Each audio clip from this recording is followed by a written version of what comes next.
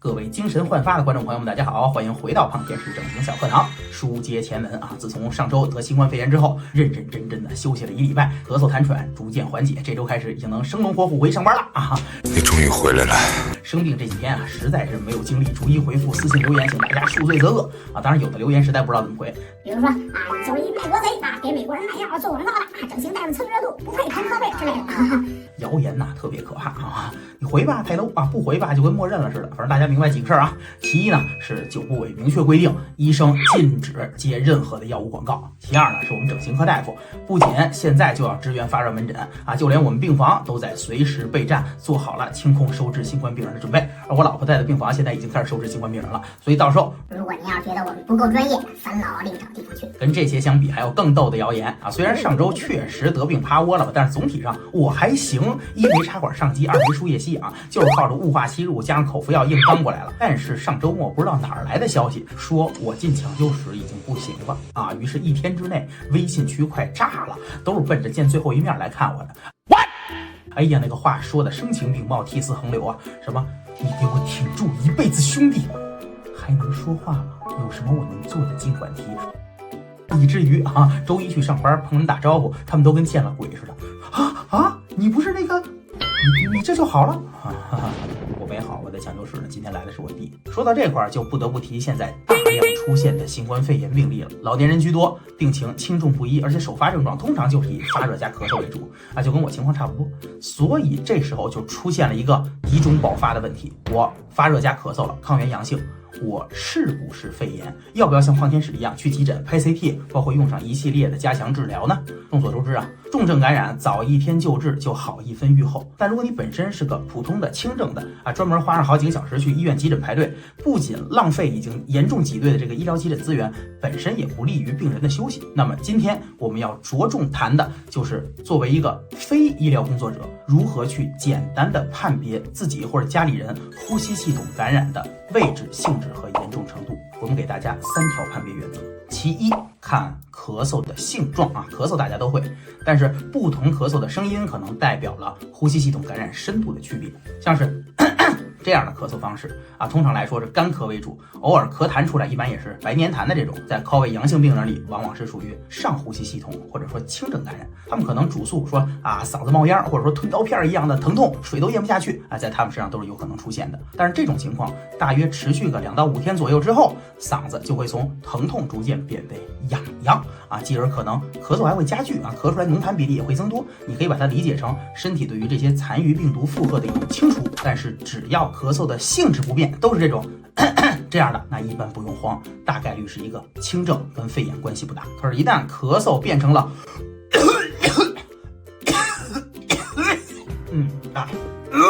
那就完全不一样了啊！这种来自胸腔深处共鸣的咳嗽，是支气管甚至再往下的下呼吸道感染所特有的。为了咳出这个地方的痰，需要膈肌、腹肌一起用力，以至于胖天使在咳嗽加重那几天，甚至出现过多次的膈肌痉挛和腹肌抽筋啊！不仅质疑胖子有没有腹肌。除此之外呢，另一个明显特征就是痰里面会有血丝啊，甚至直接就是鲜红的。这是因为毛细血管在剧烈震动之下出现破裂所致。像我上周就卡了1礼拜的血痰，这种情况就要非常警惕肺炎的可能了。与此同时呢，由于气道的明显肿胀，在不咳嗽时候，只要你稍微用力呼气啊，嗓子里面就有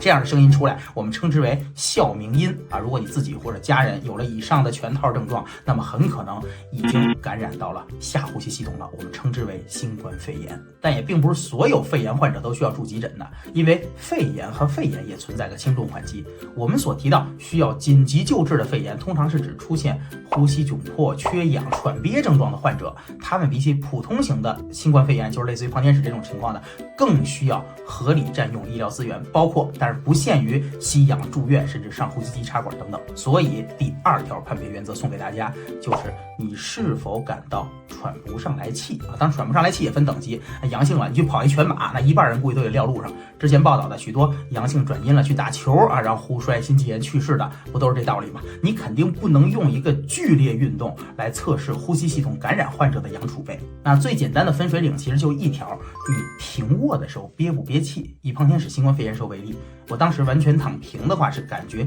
有一点缺氧憋气的。这个时候，如果你把枕头垫高，半坐起来，就能完全不憋气。同样，如果您阳了，咳嗽还平卧憋气，那就有可能已经出现了肺炎的情况。这种时候，如果说坐起来或者说俯卧位，也就是趴着能够完全缓解的话，那多半还是一个普通型肺炎。顺便说一句啊，自然状态下最有利于呼吸和排痰的就是俯卧位。而如果你说你不管什么体位，你都觉得憋气，一定要快速深大的呼吸啊，每分钟20次，恨不得30次，甚至家里有制氧机的需要吸氧才能缓解的话，那啥都甭说了，铁定的重症，建议立即就诊医院的急诊内科或者发热门诊。当然还有些朋友症状介于刚才我说的普通型和重症之间，这种时候可能就需要一个第三方数据来佐证了，所以送上第3条判别原则：止氧。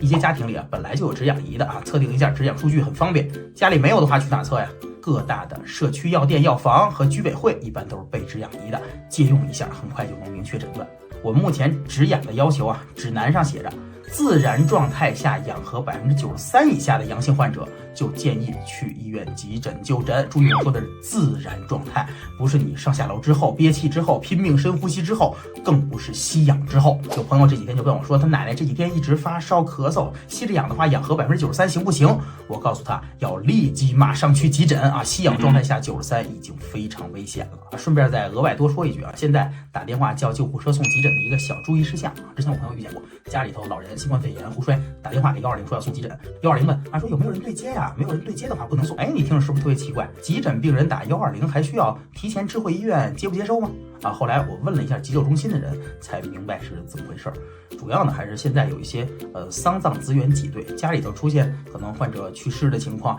这个时候打120送医院，太平间如果没有位置的话，没法接收，就会很难办。而其实如果是真的重症患者需要接受急救的话，打120是完全不需要对方医院接收这条件再拉人的。大家说如果遇到类似问题，电话里面一定要跟急救中心交代清楚，别产生误会。最后可能还有朋友会问我家里头雾化机、制氧机、止氧仪都齐全了，现在新冠肺炎考虑重症，那我去了医院是不是无非也就是吸氧，还要排长队，可能连床都没有，座都没有，还躺地上，那我能不能在家里治疗胖天使的意见就是千万不要想当然，还是建议去医院，就算排几个小时的队也得看急诊，也要做 CT。 而且大家得明白去医院有时候重要的不是治疗本身，而是在明确诊断基础上获取一个最为妥当的治疗方案。明白了吗？比如说上期提到的给胖天使开的雾化加止咳加抗炎的各种医嘱，对于不需要住院、不需要吸氧的普通型新冠肺炎成年患者根据病情还可以开上次视频中很多人提到的阿兹夫定。而对于有高危因素的普通型病人，比如说老人、没打过疫苗的病人，或者各种符合高危条件基础病的患者，同样根据病情开帕斯洛韦、维德西韦、蒙努匹韦等等，当然后两者在国内还没进。至于说需要鼻导管、面罩吸氧、高流量吸氧乃至上机的重症患者，除了留院观察治疗之外，还要用糖皮质激素、IVIG、托舒单抗、巴瑞替尼，甚至预防量的肝素抗凝。事实上还有很多在医院能够进行，但是在家里无法进行的针对性治疗。所以一言以蔽之当你或你的家人发热、咳嗽、喘憋、氧合下降的时候，请务必到医院就诊，寻求妥善治疗。整形科大夫就这样为了蹭流量又非专业性的水了一期视频，据说还是个坚持盗药的卖国贼怎么诋毁我无所谓，但是大家在这个医护人员前赴后继奔走新冠战场的冬天，请一定